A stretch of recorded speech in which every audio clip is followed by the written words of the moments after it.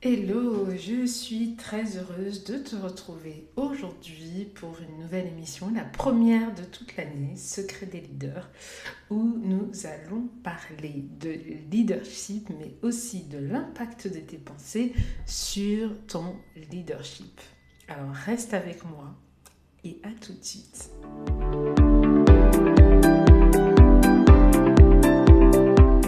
Il y a quelques mois, j'ai abordé le sujet de l'âme prospère, basé sur le verset qui dit que bien-aimé, je souhaite que tu prospères à tous égards et sois en bonne santé, comme prospère l'état de ton âme. J'ai eu à cœur, en fait, à partir de ce verset-là, de travailler sur la prospérité de l'âme et de voir les impacts que le fait d'avoir une âme qui ne soit pas prospère, donc une âme en mauvaise santé, on va dire, pouvait avoir sur le leader et sur l'exercice de son leadership. Et aujourd'hui, j'aimerais te poser cette question. À ton avis, pourquoi tes pensées t'épuisent? Pourquoi tes pensées épuisent ta capacité à manifester le leader qui est en toi? J'aimerais que tu prennes quelques secondes pour t'observer à la lumière de ce que je vais partager avec toi. Tu n'es pas fatigué physiquement et certainement que tu continues d'avancer, tu continues de décider, tu prends également toujours plus de responsabilités, tu les portes et tu es là, tu es présent. Et pourtant, à l'intérieur, il y a quelque chose de lourd en toi. Tu as cette impression que voilà, c'est compliqué, c'est difficile, alors que tu fais pas mal de choses. Et ce que beaucoup de dirigeants vivent aujourd'hui, ce n'est pas forcément un burn-out visible. C'est une fatigue intérieure chronique, c'est-à-dire une fatigue qui est là, qui est récurrente. Et les symptômes sont subtils mais réels. C'est par exemple la difficulté à prendre des décisions avec paix, l'agitation mentale permanente, la pensée qui tourne en boucle, la perte de clarté, et aussi l'irritation intérieure, et enfin la fatigue dès le réveil sans raison apparente. Et pourtant, tu fais ce qu'il faut, tu vois, tu te reposes physiquement dès que possible, tu fais peut-être du sport, peut-être que tu délègues des responsabilités pour pouvoir rester focalisé sur l'essentiel. Mais tu as l'impression que ce n'est pas assez. Tu ressens toujours cette fatigue. Elle est là de manière constante. Elle ne te quitte pas. Et si je te disais ceci, si je te disais que le problème n'est pas forcément ton agenda, le problème n'est pas ton niveau d'engagement, le problème commence bien avant l'action, c'est-à-dire avant ce que tu fais. Cela commence dans tes pensées. Et tu vas comprendre au fur et à mesure de l'émission pourquoi je parle des pensées comme étant ceux qui t'épuisent et impactent ton leadership et te mènent à cette fatigue qui est chronique, qui est présente. Ce qu'il faut que tu comprennes, c'est que beaucoup de dirigeants, et peut-être toi, tu cherches à régler ce malaise par plus d'action. Quand je dis plus d'action, c'est plus d'organisation, plus de discipline, plus de contrôle. Tu veux que tu aies du coaching pour qu'on t'aide à être organisé et à savoir en fait manager les choses. Mais dis-toi qu'on ne répare jamais un problème à partir de ses conséquences.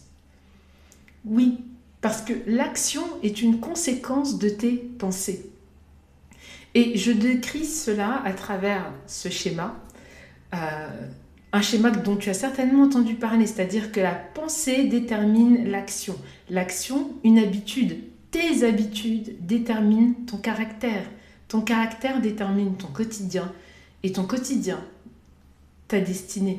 Donc si, finalement, dans ton quotidien, tu te sens épuisé, malgré tes actions pour te reposer, pour déléguer, même pour recruter, c'est qu'il y a un sujet à la racine. Et la racine, ce sont tes pensées. Et où se trouvent tes pensées? Dans ton âme. Donc, ton état est le résultat de l'état de ton âme. Et c'est ce que la Bible décrit dans Proverbe 23, 7. Car il est tel que les pensées de son âme. Car il est tel que les pensées de son âme.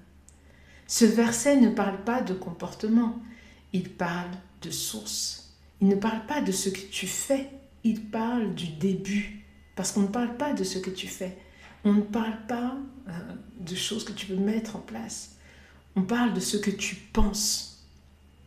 Parce que finalement, quand l'âme est saturée, les actions deviennent lourdes. Tout devient difficile, compliqué. Même quand ces actions-là peuvent paraître ou sont justes. Et c'est là que tu te rends compte que tes pensées ont un poids invisible sur ton leadership. Et ce poids-là, il est réel. Et même la science, la neuroscience en parle. La science nous apprend que au quotidien, on a en moyenne entre 60 000 et 70 000 pensées par jour. Par jour, c'est énorme. C'est énorme. Et la majorité de ces pensées sont des pensées qui viennent de manière automatique. Et une grande partie sont des pensées qui sont répétitives. Tu vois, c'est là, ça reste. Voilà, la même pensée qui tourne en boucle. Autrement dit, tu penses souvent, mais tu ne choisis pas toujours ce que tu penses. Et on sait aujourd'hui que, en plus, les pensées répétées, tu vois, finissent par façonner des circuits neuronaux. C'est-à-dire qu'il y a des choses qui, voilà, il y a des liaisons qui se créent dans ton cerveau. Et ce que tu rumines va devenir finalement une autoroute mentale. Et c'est ce que la Bible nous enseigne dans Romains 12:2. Soyez transformés par le renouvellement de l'intelligence. C'est-à-dire que cette autoroute-là que tu construis, qui te mène peut-être à la ruine, pour qu'elle ne te mène pas à la ruine, tu n'as pas forcément besoin de faire plus d'efforts ou d'avoir plus de pression. D'ailleurs, c'est même pas dans la pression que tu vas pouvoir travailler correctement ta pensée. Mais c'est par un renouvellement intérieur, c'est-à-dire par le renouvellement de tes pensées. Ce n'est pas ce que tu vas faire qui va faire que tu vas réussir à changer la destinée de cette autoroute, c'est ce que tu vas penser. Et donc, c'est là que tu comprends que ta pensée, c'est le début de tout. Ta pensée, c'est la racine de tout. C'est qu'avant chaque décision, il y a une pensée. Avant chaque réaction, il y a une pensée. Et c'est une réalité. Avant chacune de tes habitudes, il y a une pensée qui est là, qui est entretenue. Tu vois, parce que l'habitude, c'est le résultat de pensées qui sont constamment là. Et Jésus nous le dit dans Luc 6,45, c'est de l'abondance du cœur que la bouche parle. C'est-à-dire que quand tu parles, et on est tous comme ça, quand tu parles, ça résulte d'une pensée. Ce que tu dis révèle ce qu'il y a à l'intérieur de toi. C'est très rare qu'on ne pense pas ce que l'on dit. Parce que tes pensées façonnent ton âme, et ton âme influence tes choix. Tes choix vont finir par dessiner ta trajectoire, tu vois.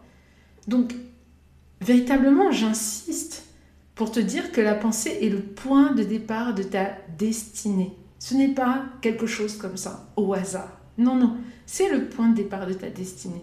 Donc, quand on parle de fatigue chronique, il ne faut pas juste se dire « Ah, ok, je vais travailler sur mes actions ». Non, il faut parler de ton mindset, de ton système invisible qui est l'ensemble de tes pensées. Qu'est-ce qui se passe? Qu'est-ce que tu penses au quotidien? Qu'est-ce que tu rumines au quotidien? Parce que c'est là, véritablement, qu'il y a un game changer. C'est là qu'il y a quelque chose que l'on peut faire, que l'on peut travailler. Parce que tu as des pensées qui te fatiguent, tu as des pensées qui t'accusent, tu as des pensées d'inquiétude, tu as des pensées qui intérieurement te divisent. En fait, tu n'as pas la paix parce que tu es divisé intérieurement. Donc, j'aimerais partager avec toi une chose sur, ok, comment on fait pour sortir de cette fatigue chronique? Le premier choix, il est spirituel. Tu choisis ce à quoi tu veux que ton âme soit soumise. Qu'est-ce qui doit l'influencer jour après jour? Est-ce que c'est ta chair ou est-ce que c'est ton esprit? La Bible dit « Marchez par l'esprit et vous n'accomplirez pas les désirs de la chair ». Et un autre verset nous dit « La chair a des désirs contraires à ceux de l'esprit ». Et c'est là que tu te rends compte que la chair va chercher le soulagement immédiat, les choses voilà, qui lui permettent d'être bien là tout de suite maintenant, alors que l'esprit, lui, il est visionnaire, il va chercher l'alignement durable, il va chercher la paix. Et la fatigue intérieure, finalement, c'est quand ton âme est gouvernée par la chair, plutôt que d'être gouvernée par l'esprit. Parce que ton âme, elle est entre les deux, en fait. Et tous les jours, elle doit faire le choix entre les deux. Et donc, si tu veux sortir de la fatigue intérieure, oui, tu peux travailler sur tes actions, mais à long terme, il n'y aura pas d'impact. Le réel impact, il est quand tu reprends la gouvernance de ton monde intérieur. Quand tu dis que, ok, mon plus grand combat, je comprends qu'il n'est pas à l'extérieur de moi. Il est d'abord à l'intérieur et il est silencieux. Et pour le remporter, il faut que je prenne des décisions. Et cette décision-là, c'est ok, elle est d'abord spirituelle. Qu'est-ce que je choisis? Qui gouverne mon âme?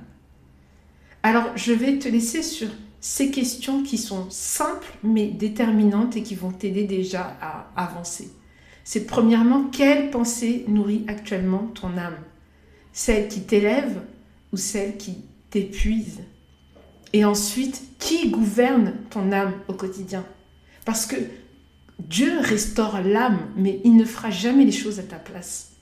C'est ta responsabilité de travailler sur la qualité de tes pensées, sur ce qui les nourrit, mais aussi sur la raison de leur existence. C'est à toi, en fait, de reprendre le gouvernail, tu vois, le gouvernail de tes pensées et de ton système de pensée. Donc, moi, je te dis à la semaine prochaine et j'ai hâte quand même de lire tes commentaires parce que j'aimerais vraiment lire tes réponses pour savoir qu'est-ce que tu as choisi, quelles sont tes réponses aux questions que je t'ai posées.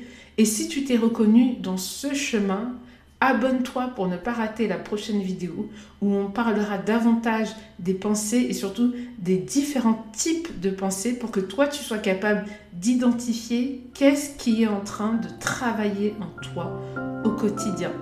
Je te dis à très bientôt pour la prochaine émission. Prends soin de toi.